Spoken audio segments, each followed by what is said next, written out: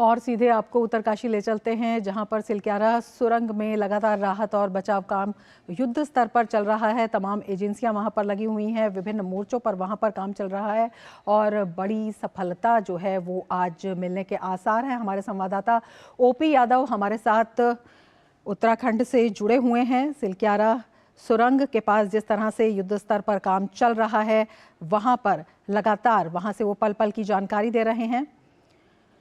तमाम एजेंसियां वहां पर संयुक्त रूप से काम कर रही हैं। सुरंग में 55.3 मीटर तक पाइप पहुंच गया है और जो वहां पर श्रमवीर फंसे हुए हैं उन्हें निकालने की उम्मीद आज है और उसके लिए तमाम तैयारियां पूरी कर ली गई हैं। डॉक्टर्स की टीम वहां पर हैं, एम्बुलेंसेस वहां पर हैं, इसके साथ ही वहां पर एक छोटा सा हॉस्पिटल भी वहां पर बनाया गया है। तो सभी तैयारियां वहां पर पूरी कर ली गई हैं। एनडीआरएफ, एसडीआरएफ, तमाम तैयारियां वहां पर पूरी कर ली गई हैं। केंद्रीय मंत्री वहां पर मौजूद हैं और तमाम एजेंसियों के प्रमुख वहां पर मौजूद हैं। तो इन 41 श्रमवीरों को निकालने के लिए पूरी तैयारियां, स्वयं प्रधानमंत्री नरेंद्र मोदी जो हैं लगातार इस बारे में जानकारी ले रहे हैं और उत्तराखंड के मुख्यमंत्री से लगातार उनकी बातचीत हो रही है। और ये बताया जा रहा है कि एक श्रमिक को निकालने में करीब 2 से 3 मिनट लगेंगे और चिकित्सकों की टीम भी तैयार की गई है और चिकित्सकों की टीम वहां पर पूरी तरह से तैयार है। हमारे संवाददाता ओपी यादव हमारे साथ जुड़े हुए हैं। ओपी, क्या कुछ जानकारी इस वक्त आप देना चाहेंगे?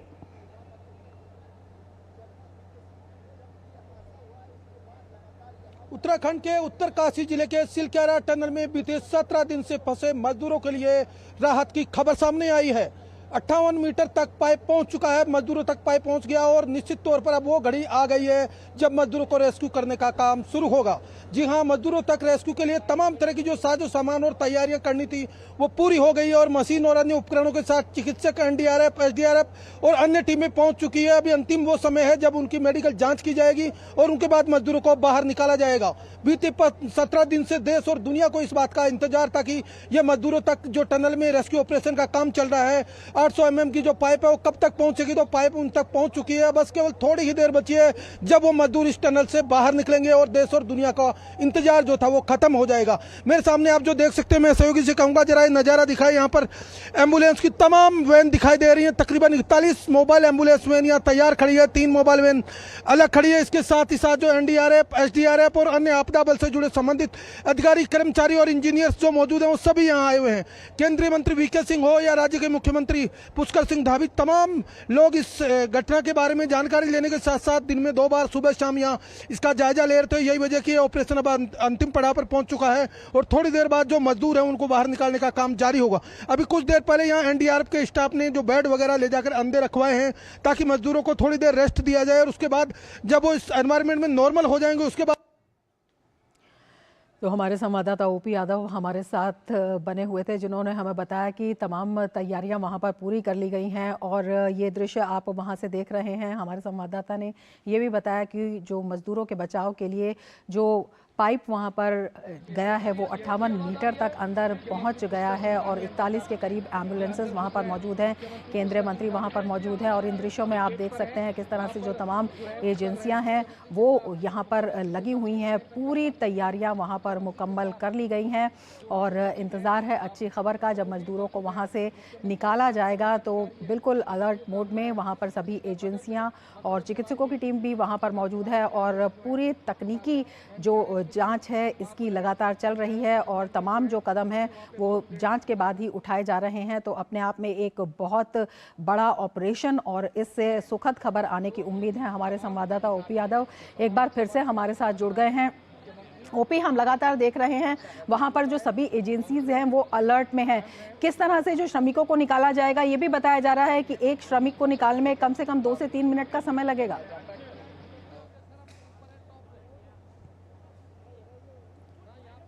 जी, श्रमिकों को निकालने के लिए पूरी तैयारियां हो चुकी है। एनडीआरएफ, एसडीआरएफ, आपदा मोचन बल, इसके अलावा जो स्थानीय पुलिस और साथ ही साथ चिकित्सकों की टीम और जो परिचित हैं उनके जो परिजन हैं जो मजदूरों के वो सब यहाँ साथ रहेंगे। इनको निकालने के लिए सबसे पहले जो टनल है उसके अंदर जो 800-1200 mm का पाइप है उसको सैनिटाइज किया जाएगा और सैनिटाइज करके फिर मजदूरों को स्ट्रेचर के जरिए बाहर निकाला जाएगा। लेकिन मैं आपको बता दूं अभी पाइप मजदूरों तक पहुंच चुका है और मजदूरों से बिल्कुल बातचीत हो रही है। उनको बेड जो अंदर ले जाए गए एनडीआरएफ द्वारा उन पर थोड़ी देर रेस्ट दिया जाएगा। केंद्रीय मंत्री वीके सिंह और यहाँ के मुख्यमंत्री जो पुष्कर सिंह धामी वो भी लगातार अपडेट दे रहे हैं और यही घटनास्थल पर मौजूद हैं। तो निश्चित तौर पर ये वो घड़ी है जिसको पूरा देश और दुनिया इंतजार कर रहा था, लेकिन इनको बाहर निकालने के लिए जिस तरह की प्रारंभिक तौर पर जो फॉर्मेलिटीज पूरी करनी होती है वही सब फॉर्मेलिटीज अभी की जा रही है। जो मजदूर है उनको जो अंदर बेड ले जाएंगे उन पर लिटा दिया गया है, थोड़ी देर के लिए वो रेस्ट करेंगे, फिर उसके बाद जब वो नॉर्मल हो जाएंगे उसके बाद इनको बाहर निकालने का काम होगा। बाहर निकालने के लिए जो टनल है उसका जो पाइप है 800 mm का उसको सैनिटाइज करेंगे, सैनिटाइज करके स्ट्रेचर पे लिटाकर इनको बाहर निकाला जाएगा। तकरीबन 1.5 से 2 या 2 से 2.5 मिनट तक का समय अमूमन एक श्रमिक को निकालने में लगता है, क्योंकि उसके दौरान उनके साथ जो एनडीआरएफ एसडीआरएफ की टीम रहती है और रस्सी से उसको स्ट्रेचर को खींचेंगे और उसको बाद उसको बाहर निकालेंगे। लेकिन उस दौरान उनके ऑक्सीजन की आपूर्ति किस तरह होगी, इन सभी चीजों पर विचार विमर्श करके सारे साजो सामान उनके साथ रहेंगे। तो ये प्रक्रिया जब पूरी होगी उसके बाद इन मजदूरों को बाहर जो एम्बुलेंस वैन खड़ी है उनमें रखा जाएगा। लेकिन उससे पहले कई तरह की फॉर्मेलिटी स्वास्थ्य से संबंधित होगी। सबसे पहले इनकी पैरामेडिकल स्टाफ जांच करेगा, उसके बाद इनको जो बगल में अस्थायी हॉस्पिटल बनाया उसमें जो चिकित्सक वो जांच करेंगे, उसके बाद इनको इसमें एम्बुलेंस वैन में रखा जाएगा और चिनियाली सोडेक जो जिला उप अस्पताल है वहां पर 41 बेड की पहले से व्यवस्था की गई, वहां पर इनको ले जाया जाएगा। ले जाने के दौरान एक ग्रीन कॉरिडोर बनाया जाएगा और पुलिस की सुरक्षा के बीच इनको वहां पहुंचाया जाएगा। यहाँ से तकरीबन 45 किलोमीटर वो स्थान है जहां पर इनको ले जाके अस्थायी तौर पे हॉस्पिटल में रखा जाएगा। तो निश्चित तौर पर तैयारियां ये पहले से थी, लेकिन बीच बीच में हर्डल आते रहे और ऑब्स्टिकल आने की वजह से हम जिस मंजिल पर पहुंच रहे थे उस मंजिल तक पहुंच नहीं पा रहे थे, लेकिन अब वो घड़ी आ गई जिसका सबको इंतजार था। बिल्कुल ओपी, एक बहुत अच्छी खबर आपने बताई है कि जो बेड्स हैं जिन पर मजदूरों को उनको श्रमिकों को लाया जाएगा, श्रमवीरों को लाया जाएगा, वो वहां तक पहुंचा दिए गए हैं। आपसे ये भी जानना चाहेंगे, आपने बताया है कि जो पाइप है उसको सैनिटाइज कर दिया गया है, किस तरह से ये पूरी प्रक्रिया संपन्न होगी सुरक्षा के साथ?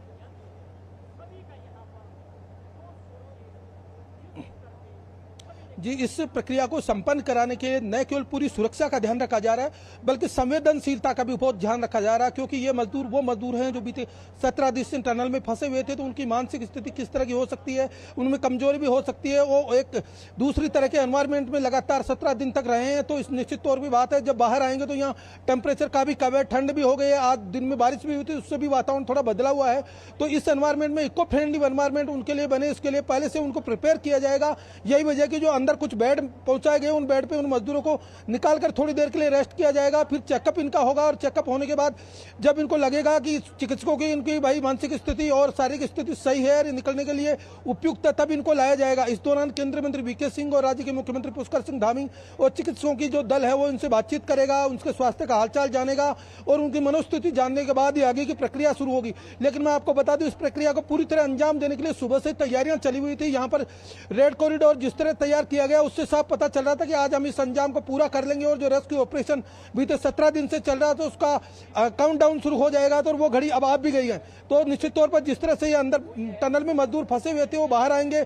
बाहर लाने के दौरान इनको जिस तरह से तैयारियां की जानी चाहिए पूरी तैयारियां एनडीआरएफ ने की, एसडीआरएफ ने की, राज्य आपदा बल ने की, चिकित्सकों की एक जो टीम है उसने की, इसके अलावा कुछ वॉलंटियर्स यहाँ लगे उन्होंने की और उसके साथ ही साथ इनके जो परिजन हैं जो अपनों के इंतजार में कई दिनों से इंतजार कर रहे थे वो भी यहाँ आए हुए हैं। तो निश्चित तौर पर जब वो आएंगे इनसे गले मिलेंगे, अपनी संवेदनाएं जाहिर करेंगे, एक दूसरे से आंख से आंख मिलाएंगे तो उनसे निश्चित तौर से उनका एक मनोभाव बढ़ेगा ही, साथ ही साथ उत्साह भी बढ़ेगा। तो ये सब चीजें तैयारियां करने के अलावा पुलिस प्रशासन ने जो फॉर्मेलिटीज अक्सर करनी होती है सारी तैयारियां यहाँ कर रखी है। बस देर इस बात की है कि कब वो मजदूर बाहर निकलेंगे और मीडिया के जरिए दूरदर्शन के जरिए हम अपने दर्शकों को ये दिखाएंगे। बिल्कुल, सभी को ये इंतजार है और दूरदर्शन के माध्यम से हम पल पल की खबर दिखा भी रहे हैं। ओपी, हम आपसे ये भी जानना चाहेंगे, सुरंग के बाहर जो है काफ़ी गहमा गहमी दिखाई दे रही है, कौन कौन सी एजेंसीज हैं वहाँ पर मौजूद हैं और तैयारियाँ एक बार अगर कैमरे पर्सन जूम इन करके दिखा पाए तो।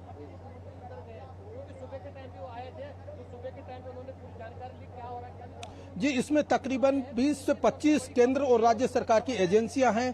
साथ ही साथ इन एजेंसियों के अलावा तकरीबन 1200 कर्मचारी इस काम में जुटे हुए जो टनल में मजदूरी का काम करते थे या इंजीनियर अभियांत्रिकी आधिकारिक स्तर पे पोस्टेड थे, तमाम तरह के लोग यहाँ, लेकिन तकरीबन 1200 लोग थे। मैं अपने सहयोगी से कहूंगा जरा टनल के सामने का व्यू दिखाए जहाँ पर एम्बुलेंस का जमावड़ा लगा हुआ है, बहुत सारी मशीनें रखी हुई है, चिकित्सक खड़े हैं, पैरामिलिट्री स्टाफ खड़ा है, एनडीआरएफ की टीम खड़ी है, एसडीआरएफ की टीम खड़ी है, साथ ही साथ जो स्थानीय ग्रामीण है बहुत सारे वो लोग भी देखो पहाड़ी पे मैं दिखाने के लिए कहूँगा, जरा वो व्यू दिखाएं जहाँ पे पहाड़ी पे कुछ लोग बैठे हैं, स्थानीय ग्रामीण हैं, कुछ मजदूर हैं जो इस बात का बेसब्री से इंतजार कर रहे थे। इसके अलावा सामने एक अस्थायी मंदिर बना है जहाँ पर बीते एक हफ्ता से पूजा पाठ और हवन का कार्यक्रम चल रहा था, तो वो पुजारी और अन्य लोग भी स्थानीय यहाँ बैठे हुए, तो बहुत सारे लोग हैं, महिलाएं नीचे बैठी हुई है, सबको इसी बात का बेसब्री से इंतजार है कि ये कब वो पलाए, जब ये मजदूर बाहर निकले पलक पावड़े बिछाने के लिए, स्वागत करने के लिए, दिन से दुआएं देने के लिए ये लोग यहाँ बैठे हुए हैं। इसके सामने मीडिया का जमावड़ा, बहुत सारा पुलिस बल एक तरफ दूसरी तरफ तैनात है। ये जो रास्ता है इसको पूरी तरह से प्रतिबंधित कर रखा है पुलिस ने, ताकि कोई अप्रिय घटना न हो और भीड़ का जमावड़ा होने की वजह से बाधित यातायात न हो और एम्बुलेंस को ले जाने में दिक्कत न हो।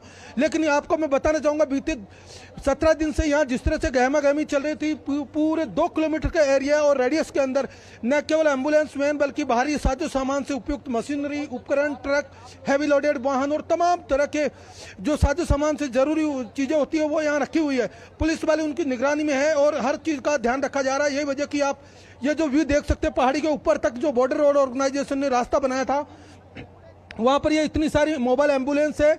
इसी रास्ते से ऊपर भी, हालांकि ये जो काम पूरा हो गया, लेकिन अभी भी वहाँ पे ऊपर वर्टिकल ड्रिलिंग का काम बीते 1 घंटे तक चल रहा था और तकरीबन 42 मीटर तक वर्टिकल ड्रिलिंग इस पहाड़ी के ऊपर सतलुज जल विद्युत निगम ने की थी। इसमें मुख्य तौर पर जो भूमिका निभाने वाली कंपनियां थी, NHIDCL जो भारत सरकार की कंपनी है, इसके अलावा सतलुज जल विद्युत निगम है, इसके अलावा टिहरी जल विद्युत निगम है, इसके अलावा ONGC है और इसके अलावा जो नवयुगा कंपनी इसका जो कॉन्ट्रैक्ट ले रखी थी काम कर रही वो है, साथ ही साथ एक गाजा कंपनी है वो है।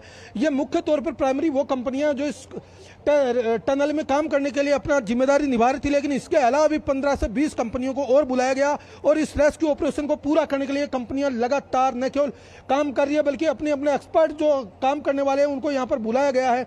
यही वजह है कि इसमें जो रेट माइनर्स है वो उन्होंने जो मैनुअली इसमें ड्रिलिंग की और बहुत ही कम समय में जहां तक मजदूरों तक पहुंचना था वो पहुंचने का काम किया, तो इसमें कई लोगों की भूमिका रही है और तभी यह ऑपरेशन आज पूरा होने की ओर अग्रसर है। बिल्कुल। ओपी, आपसे रेड माइनर्स के बारे में भी जानना चाहेंगे। बेहद सफलतापूर्वक उन्होंने जो काम बीच बीच में रुक रहा था उसे अंजाम दिया है। कितनी कुशलता के साथ और कितने एक स्ट्रैटेजी के साथ उन्होंने इस काम को किया?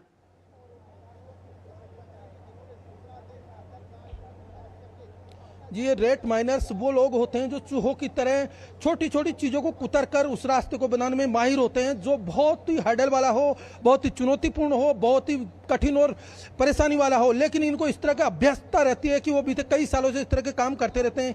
यही वजह कि इस टनल में जब 800 mm के पाइप के जरिए जब वो अंदर गए, 2 से 3 लोग अंदर जाते हैं, लेकिन उसके हाथों में कुदाली, फावड़ा, फरसी, छेनी, हथौड़ी, इस तरह के छोटे छोटे उपकरण होते हैं, लेकिन वो धीरे धीरे काम करते हैं और जिस तरह का भी ऑब्स्टिकल हर्डल आता है उसको, बाधा को दूर करते हुए अपनी मंजिल की ओर पहुंचते हैं। यही वजह है कि आज सबसे बड़ा फायदे का और सबसे अच्छा शुभ संकेत ये रहा कि जब लास्ट में 6 मीटर का जो रास्ता बचा था उसमें केवल हार्ड स्टोन सीमेंटेड कंक्रीट ही रही, कोई आयरन स्टोन या पाइप वगैरह ऐसी कोई चीज नहीं थी, इसलिए इनको ज्यादा दिक्कत नहीं और इन्होंने धीरे धीरे इस काम को आगे बढ़ाया। इस काम को आगे बढ़ाने के लिए तमाम एजेंसियां और कई तरह के एक्सपर्ट इसमें लगे हुए थे, लेकिन सबसे ज्यादा चुनौतीपूर्ण जो काम था इसको निपटाने के लिए आर्मी के इंजीनियर कोर ग्रुप के 25 लोग यहाँ आए। इसके अलावा मुंबई से जो सीवर में काम करने वाले एक्सपर्ट आए, इसके अलावा ONGC के लोग आए, साथ ही साथ नागपुर से इंडियन ब्यूरो ऑफ माइंस के जो एक्सपर्ट है वो आए।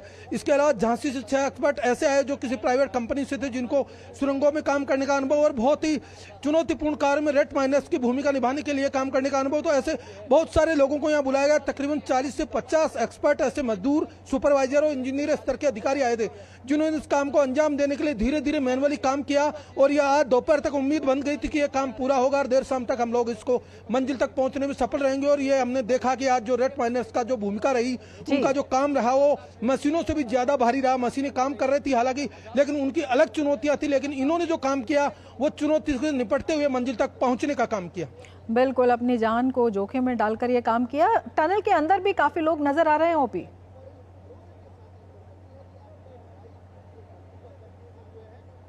जी, टनल के अंदर बहुत सारे विदेशी एक्सपर्ट हैं, जैसे अर्नोल्ड डिस्क है, वो ऑस्ट्रेलिया से आए हैं, इसके अलावा लंदन से आए हैं, ब्रिटेन के अलावा भी और कई सारे नॉर्वे से, थाईलैंड से, जर्मनी से, कई जगह से एक्सपर्ट आए वो हैं। इसके साथ ही साथ पैरामेडिकल स्टाफ है, क्योंकि यहाँ पर कई सारे अधिकारी, इंजीनियर और बहुत सारे जो लोग चिकित्सा से जुड़े, पैरामेडिकल स्टाफ से जुड़े, वो सभी टनल के अंदर हैं। जो रूटीन में काम करने वाले श्रमिक है, जो मजदूर हैं, जो इंजीनियर है वो तो हैं, जो इस रेस्क्यू ऑपरेशन को बाद में पूरा करने वाले हैं वो भी सारे अंदर हैं। तो निश्चित तौर पर यहाँ भारी जमावड़ा न केवल बाहर लगा हुआ बल्कि अंदर भी एक व्यवस्थित टीम है जो निर्धारित की गई थी पहले भाई किसको अंदर जाना है, किसको क्या भूमिका होगी, कौन कौन सा काम करेगा और किस वक्त अपने काम को अंजाम देगा। उन सबकी जो भूमिका तय वो अपनी अपनी भूमिका निभाने के लिए अंदर यहाँ खड़े हुए हैं।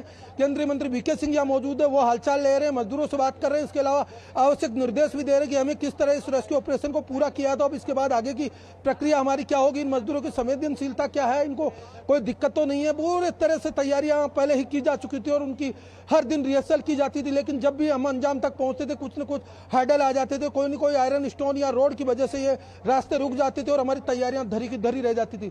लेकिन अब वो मंजिल आ गई है जिस तक हमें पहुंचना था, इन मजदूरों को, इन श्रम वीरों को बाहर निकालना था। तो इसी वजह से जिनकी जिम्मेदारी पहले से तय है वो लोग इसमें अंदर हैं और बहुत सारा एक ग्रुप अंदर गया हुआ है जो अलग अलग विभागों का, एनडीआरएफ का, एसडीआरएफ का, आपदा मोचन बल का, राज्य सुरक्षा बल का, राज्य पुलिस बल का, मेडिकल का, इसके अलावा जो इंजीनियरिंग अभियांत्रिक से जुड़ा है और जो कंपनियों के लोग हैं सभी अंदर हैं। बिल्कुल। ओपी, आपसे ये भी जानना चाहेंगे, एक बड़ी सफलता ये भी रही कि मजदूरों से लगातार बातचीत जारी रही। मजदूरों का मनोबल जो है, जो श्रमवीर वहां पर फंसे हुए हैं, उनका मनोबल भी लगातार बढ़ाया जाता रहा। मनोवैज्ञानिक रूप से जो क्षमता उनमें पैदा करनी थी उस स्थिति से जूझने की, वो भी पैदा की गई।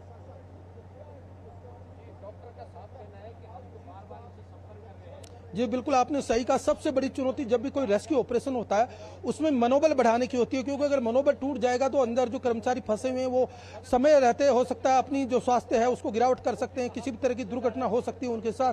तो इस रेस्क्यू ऑपरेशन को पूरा करने के दौरान जितना हमने इंजीनियरिंग अभियांत्रिकों को काम करते देखा, उतने ही जो चिकित्सक वर्ग है, इसके अलावा जो उनके अभिभावक है, उनको भी जूझते हुए देखा और उन्होंने हर मोर्चे पर न केवल इन मजदूरों का अंदर, श्रमवीरों का अंदर मनोबल बढ़ाया बल्कि उनकी मनोचिकित्सक और शारीरिक जांच करने के अलावा उनको जो भी जरूरत थी हर समय पर मदद की।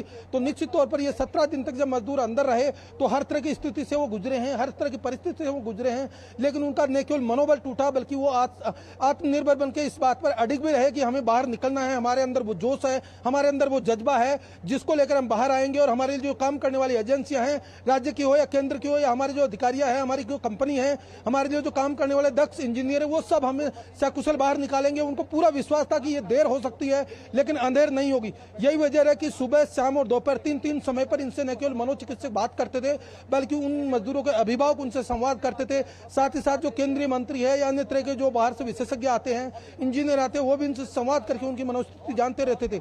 बीते 16 दिन पूरे हो गए, लेकिन 16 दिनों के अंदर इन्होंने जो जो बातें रखी, उन्होंने जो जो मांग की, उनकी बाहर से पूरी हुई और उनको खाने पीने के अलावा अन्य जरूरत की चीजें पहुंचाई गई। इसलिए उनको पूरा विश्वास था कि यह ऑपरेशन पूरा भी होगा और हम सकुशल बाहर भी निकलेंगे। इसके अलावा मैं आपको बताना चाहूंगा कि जो 60 से 70 मीटर का जो मलबा था उसके दौरान जब ऑपरेशन चल रहा था तो अलग अलग कटर के दौरान काम हो रहे थे और जो ड्रिलिंग का काम हो रहा था मशीन द्वारा, तो वो उसकी आवाज उन तक जरूर पहुंच रही थी। उनको पूरा विश्वास था कि दूसरी तरफ जो काम हो रहा है वो हमें बचाने के लिए हो रहा है। और जब भी कटर काटा जाता था उसकी धुआं अपोजिट साइड में जाती थी, तो जब उनसे संवाद किया जाता था पाइप से मजदूरों से, तो वो साफ तौर पर बताते थे कि हमें इसकी धुआं दिखाई दे रही है, हमें इसकी आवाज सुनाई दे रही है, तो हम बहुत ही नजदीक हैं।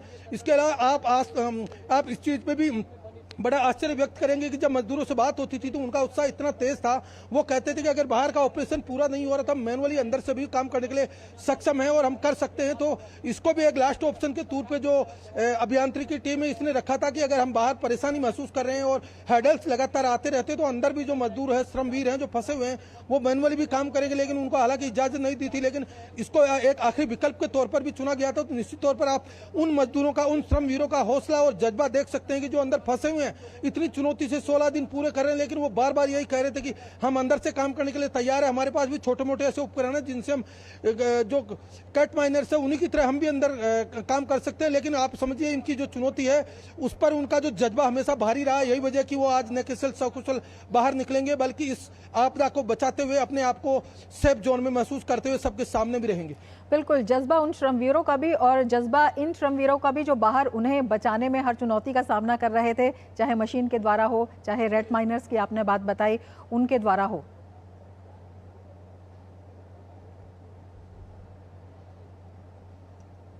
बिल्कुल आपने सही कहा, ये रेट माइनस ऐसे एक्सपर्ट है जिनमें कई तरह का जज्बा होता है। ये सामान्य श्रमिक दिखने में बहुत सामान्य दिखते हैं, लेकिन इनका जो हुनर है, उनके जो हाथों में जो जादू है, उनकी जो कला है, ये जो कुशल कारीगर है, उनकी जब ये अपना काम करते हैं तब इनका रिजल्ट पता चलता है। बहुत सामान्य घरों से बिलोंग करते हैं, बहुत ही सामान्य दर्जे के रहने वाले, इनमें कोई ज्यादा अभियांत्रिकी ज्ञान नहीं होता, लेकिन इनके काम का अनुभव इतना गहरा होता है कि ये कितनी भी बड़ी चुनौती हो, बिना घबराए, बिना डटे, छोटे छोटे पाइप के अंदर लेट कर जाते हैं। अपने जो साजो सामान है उसको अपने जेब में, अलग अलग इनके पास जो कपड़े बने होते हैं उनमें पहन के जाते हैं, टक टक करके इस तरह काम करते हैं जो छोटी छोटी चीज को थोड़ी ही देर में पूरा कर लेते हैं। यही वजह रही कि ये जो बड़ी बड़ी मशीनें हमने मंगवाई, अंतर्राष्ट्रीय स्तर की एक्सपर्टीज हमने ली है, उनके जब वो चुनौतीपूर्ण काम में अपना बाधा उत्पन्न हो रही थी, तब नहीं काम कर पा रही, तब इन श्रम वीरों ने आगे आकर अपना काम किया। तो निश्चित तौर पर ये जो वो मजदूर हैं जो रेट माइनस की संज्ञा इनको दी जाती है, भारत के वो कुशल कारीगर है जिनके हाथों में कोई डिग्री और कोई प्रमाण पत्र नहीं है, लेकिन इनका जो अनुभव का, दक्षता का जो प्रमाण पत्र है वो डिग्रियों पे भी भारी पड़ रहा है। और यही वजह है कि इन्होंने लास्ट तक अपना काम को किस तरह करना है, संजाम तक पहुंचकर मजदूरों तक पहुंचने का काम किया है। तो ये इतने एक्सपर्टीज हैं, इनको कई सालों का अनुभव रहता है। जब हमारी कई मजदूरों से बात हुई, उनका कहना था कि हमने कोई प्रमाण पत्र नहीं लिया, हम बिल्कुल अनपढ़ है, लेकिन हमने बीते 18-20 साल में यह काम किया है।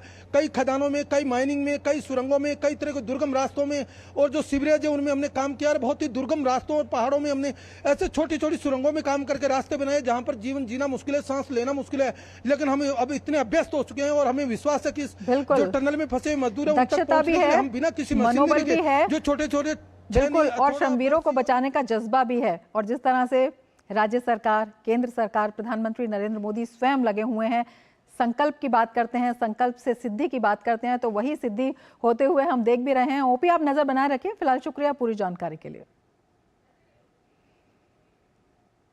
और खबर हटकर में फिलहाल लेते हैं एक ब्रेक। आप देखते रहिए DD न्यूज़।